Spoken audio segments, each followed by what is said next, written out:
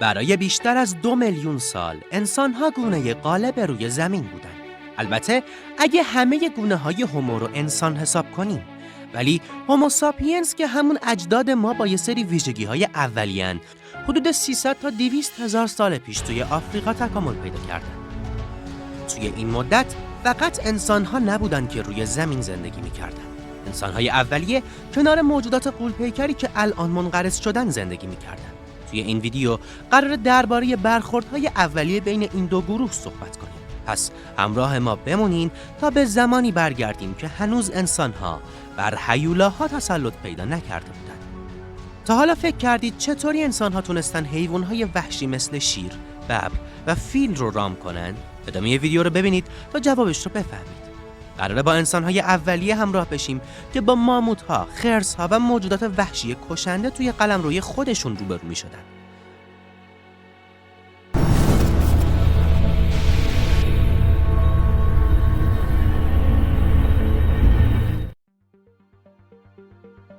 وجود هیولاها به دوره ما قبل تاریخ برمیگرده و این هیولاها همیشه هم با انسان‌ها تعامل داشتن. از همون اول هم انسان‌ها و هم این موجودات برای بقا توی یک محیط بیرحم ما قبل تاریخ می‌جنگیدن. جایی که دیگه مثل الان تکنولوژی یا پیشرفت‌های انسانی نبود که جلوشون رو بگیره. ولی همیشه هم جنگ و درگیری بین این دو وجود نداشت. بعضی وقتها انسان‌های ما قبل تاریخ با هیولاهای شگفت‌انگیزی روبرو می‌شدن و می‌فهمیدن که این غول‌های ترسناک بیشتر شبیه خود ما هستن تا یک قاتل بیرحم. البته همیشه همینطوری نبود، چون بعضی وقتا هم پیش می اومد که این حیوانات غول‌پیکر بی هیچ ترحمی انسان‌ها رو شکار می‌کردند. مثلا در عصر پارین سنگی هزاران سال پیش انسان‌های اولیه وقتی که شروع به گسترش سکونتگاه‌هاشون توی مناطق جدید می‌کردند، با بزرگ جستگان خطرناکی مثل ماموت‌ها، گربه‌های دندان خنجری و تنبل‌های غول‌پیکر برخورد می‌کردند. شاید باورتون نشه که اجداد ما چقدر باهوش بودن.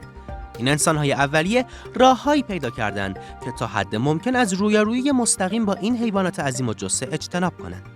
ولی وقتی که مجبور می‌شدن با استفاده از ابزار و سلاح‌هایی که داشتن در برابر حیوانات شکارچی یا حیواناتی که حساسیت زیادی روی قلمروی خودشون داشتن، از خودشون دفاع می‌کردند. حالا این هیولاهای غول‌پیکر اون موقع چه شکلی بودن؟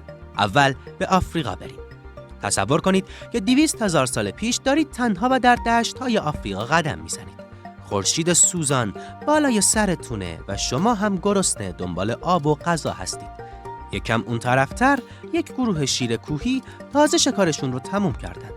شما ازشون فاصله می‌گیرین چون خوب می‌دونید چقدر پرقدرت و وحشی هستند. یک کروکودیل غول‌پیکر یواشکی وارد خونه میشه، در حالی که چشماش با دقت حرکت شما رو زیر نظر داره. یه قدم اشتباه میتونه مرگ فوری رو براتون به ارمغان بیاره. این دنیای پرخطر اجداد اولیه ما بود، وقتی که هیولاها حاکمان زمین بودند. تقریباً در کل تاریخ بشر ما به اندازه‌ای که شکار میکردیم شکار هم میشدیم.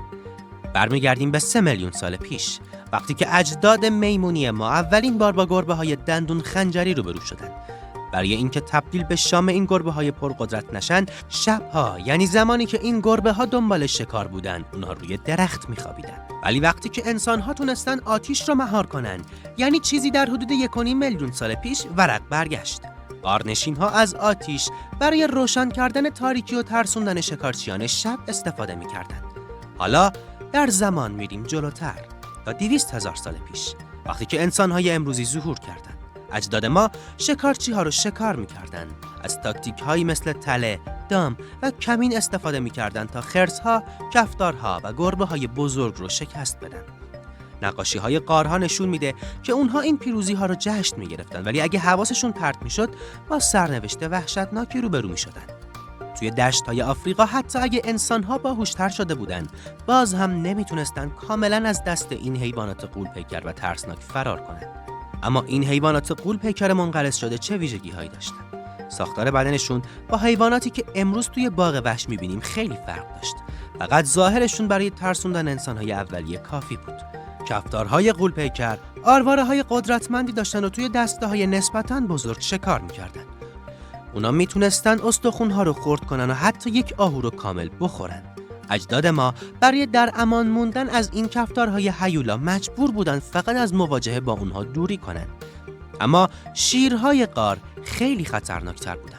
اونها از شیرهای امروزی بزرگتر بودن و تو علفها قایم می‌شدن تا طعمه خودشون رو شکار کنن. خیلی از انسان‌های بی احتیاط توی کمین این شیرها گیر می‌افتادن و کشته می‌شدن. ولی انسان‌های اولیه کم کم خودشون رو با این شرایط وفق دادن. سلاح‌های جدید مثل نیزه بهشون کمک کرد تا بتونن با این حیوانات وحشی مبارزه کنن. یوزپلنگ پادشاه برای مثال یک گربه‌سان فوق‌العاده بود. این موجود باستانی فقط یک نوع با رنگ متفاوت از یوزپلنگ‌های معمولی نبود. این گربه قدرتمند پاهای عضلانی و قدرتمندی داشت که میتونست با سرعت بیش از 80 کیلومتر در ساعت توی دشت‌ها به دنبال شکار خودش بدوه. اما جواهر تاج یوزپلنگ پادشاه یال پوشیده از خز با شکوهش بود که با لکه‌های آبی بزرگ تزیین شده بود. این لکه‌های خیره کننده به یوزپلنگ کمک می‌کرد تا زیر نور پراکنده ساوانا استتار کنه. وقتی یوزپلنگ خودش رو مخفی می‌کرد، از دید همه پنهان می‌شد و حتی آدم‌ها هم نمی‌تونستن اون رو ببینن. حیوان جالب دیگه غزال بزرگ باستانی بود که در زمان خودش کمتر حیوانی می‌تونست از اون سریع‌تر بدوه. وقتی این موجود لاغر و چالاک شروع به دویدن می‌کرد، تقریباً دست نیافتنی می‌شد. غزال بزرگ یه جد باستانی از غزال‌های امروزی بود. پاهای بلندتری داشت و میتونست با سرعتی تا 80 کیلومتر در ساعت بدوه. شاخهای این غزال یک کم بزرگتر از غزال‌های امروزی بود. این حیوانات علفخوار حدود 300,000 سال پیش توی سرتاسر آفریقا پراکنده بودند. اونا شاید آسیبی به انسان‌های اولیه نمی‌زدن، ولی اگه توی تله می‌افتادن ممکن بود ناخواسته با شاخهاشون آدم رو زخمی کنن. شواهد باستانشناسی نشون میده که دندون‌های غزال توسط انسان‌های اولیه برای ساخت ابزار و تزیینات استفاده می‌شد. به خصوص دندون‌های نیش که به شکل درفش در میومد تا باهاش بتونن پوست‌ها رو سوراخ کنن. دندون‌های غزال سوراخ شده‌ای پیدا شده که به عنوان گردنبند و مهره برای جواهرات استفاده می‌شدن و قدمتشون به بیش از 30,000 سال پیش برمیگرده. این نشون میده که انسان‌ها این حیوان رو برای نیازهاشون شکار می‌کردن که قطعاً کار راحتی هم نبوده. و اما یکی از ترسناکترین هیولاهای باستانی اسب آبی غول‌پیکر بود. اونها از اسب‌های آبی امروزی بزرگتر بودند. وزنشون به بیشتر از 4 تن میرسید، در حالی که اسب آبی‌های امروزی حدود 3 تن وزن دارند. این گیاهخوارهای نیمه آبزی عظیم الجثه توی خیلی از رودخونه‌ها و دریاچه‌های آفریقا زندگی می‌کردند. اندازه بزرگشون باعث می‌شد کمتر مورد حمله کروکودیل‌ها قرار بگیرند. اسب آبی غول‌پیکر بزرگترین و خطرناکترین حیوانی بود که انسان‌های باستان کنار رودخونه‌ها و دریاچه‌های آفریقا باهاش برخورد داشتند. وقتی که این اسب‌های آبی احساس خطر می‌کردند، شدیداً عصبانی می‌شدند. دهنشون رو باز می‌کردند و با دندون‌های بزرگشون آماده له کردن هر چیزی بودند. حمله‌های خشونت‌بارشون راحت می‌تونست جون یک انسان رو بگیره. به خاطر همین انسان‌های عصر باستان سعی می‌کردند کاری نکنند که این موجودات غول‌پیکر تحریک بشن. اگه لازم بود از رودخونه آب بگیرن، خیلی آروم و با احتیاط دور و بر خودشون رو چک می‌کردن و بعد حرکت می‌کردن. خوب می‌دونستن که عصبانی کردن اسب آبی غول‌پیکر مساوی بود با مرگ. اسب آبی غول‌پیکر حدود 200,000 سال پیش منقرض شد، ولی تقریباً همزمان با لمور غول‌پیکر زندگی می‌کرد. لمور غول‌پیکر تا حدود 1000 سال پیش توی جنگل‌های ماداگاسکار زندگی می‌کرد. اونا تا حدود 1.5 متر رشد می‌کردن، در مقایسه با لمور دم حلقه‌ای امروزی که 75 سانتی متر قد داره 2 برابر بودن. این نخستی‌ها توی پریدن و بالا رفتن از درخت‌ها مهارت‌های زیادی داشتن و یه نقشی مشابه میمون‌ها رو در طبیعت ایفا می‌کردن. ولی بعد از اینکه انسان‌ها ماداگاسکار رو اشغال کردند، منقرض شدند. حیوان بعدی یک شکارچی ترسناک بود، کفتار صورت کوتاه. کفتارهای صورت کوتاه حدود 200,000 سال پیش شکارچی‌های برتر بودند. ارتفاعشون تا شونه به بیشتر از 1.5 متر میرسید، یعنی بزرگتر از هر کفتار امروزی. آرواره‌های قوی اونها میتونست استخوان‌های فیل رو هم خرد کنه تا بتونن مغز استخوان مغذی داخلش رو در بیارن. این شکارچی‌های ماهر که گروهی شکار می‌کردن، به تنظیم اکوسیستم‌های آفریقا کمک زیادی می‌کردن. انسان‌های اولیه کنار کفتارهای صورت کوتاه زندگی می‌کردند و احتمالاً سر غذا و منابع با اونها رقابت داشتند. ولی قطعاً انسان‌ها سعی می‌کردند طعمه این کفتارها نشن. کفتارها ممکن بود به انسان‌های آسیب‌پذیر حمله کنند و اونها رو به چشم یک وعده غذایی ببینند.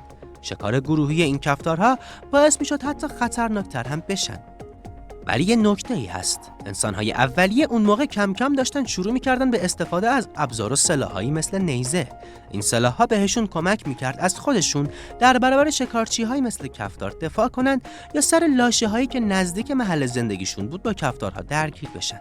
ممکن بود از آتش یا سر و صدا استفاده کنن تا کفتارهای نزدیک رو بترسونن، ولی انسان‌هایی که از گروه دور می‌شدن همچنان در معرض خطر حمله کفتار بودند. یکی دیگه از هیولاهای ترسناک گربه دندون خنجری بود. گربه‌های بزرگ دندون‌های نیش خیلی بلندی داشتند. گربه‌های دندون خنجری شکارچی‌های قدری بودند که تهدید بزرگی برای انسان‌های اولیه آفریقا محسوب می‌شدند. اندازه بزرگ، بدن قدرتمند و دندون‌های نیش بلندشون باعث می‌شد راحت بتونن طعمه‌های بزرگی از جمله انسان‌ها رو شکار کنند. انسان‌های اولیه مخصوصاً قبل از اینکه از ابزار و سلاح به طور گسترده استفاده کنند، در برابر دندون خنجری‌ها خیلی آسیب‌پذیر بودند. بدون داشتن نیزه برای دفاع، اگه یک گربه دندون خنجری از کمین بیرون میومد، انسان‌ها تقریباً هیچ شانسی نداشتند.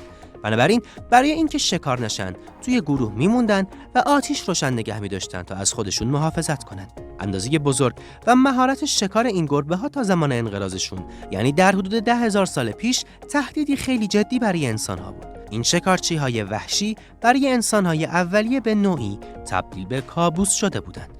کروکودیل‌های باستانی حتی از گربه‌های دندون خنجری هم خطرناک‌تر بودند. مثلا کروکودیلی به نام دایناسوکوس یه هیولای 7 متری بود که توی مناطق شرق و شمال آفریقا پیدا میشد. این کروکودیل احتمالاً اجداد اولیه انسان رو شکار میکرد. یک کروکودیل دیگه به اسم وای که بیشتر از 5 متر طول داشت توی مرداب‌ها و رودخانه‌های ماداگاسکار زندگی میکرد، جایی که بقایای بعضی از انسان‌های اولیه پیدا شده. یکی از اقوام منقرض شده کروکودیل نیل هم توی رودخونه نیل و بخش‌های دیگه آفریقا زندگی میکرد. فسیل‌ها نشون میده که این گونه تا 6 متر طول داشتن. این کروکودیل‌های غول‌پیکر شکارچیان برتر بودند و تهدیدی جدی برای انسان‌های باستانی که کنار آب زندگی می‌کردند یا از رودخانه‌ها و دریاچه‌ها عبور می‌کردند محسوب می‌شدند. حتی کروکودیل‌های نیل امروزی که تا 4.5 متر رشد می‌کنند به راحتی انسان‌ها رو شکار می‌کنند. کروکودیل‌های منقرض شده با پوست زرهی و گازهای قدرتمند و خرد کنندشون میتونستن انسان‌های اولیه‌ای که برای آب خوردن به کنار برکه‌ها میومدن رو سریع شکار کنن. سرعت عمل و استتار اونها در آب انسان‌ها رو در موقعیت ضعف قرار میداد. شکی نیست که اجداد هوموساپینس ما در مسیر مهاجرتشون از آفریقا با موجودات غول‌آسا و وحشتناکی روبرو شدن.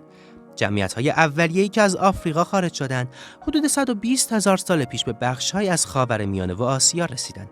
در آسیا، اونها به حیوانات منقرض شده‌ای مثل پانداهای غول‌پیکر، استوگودون یا فیل‌های عظیم الجثه و پرنده‌های غول‌آسا برخورد کردند. برای زنده موندن توی اون آب و هوای سخت، انسان‌ها خلاقیت به خرج دادند و از پوست و خز حیوانات برای گرم موندن استفاده کردند.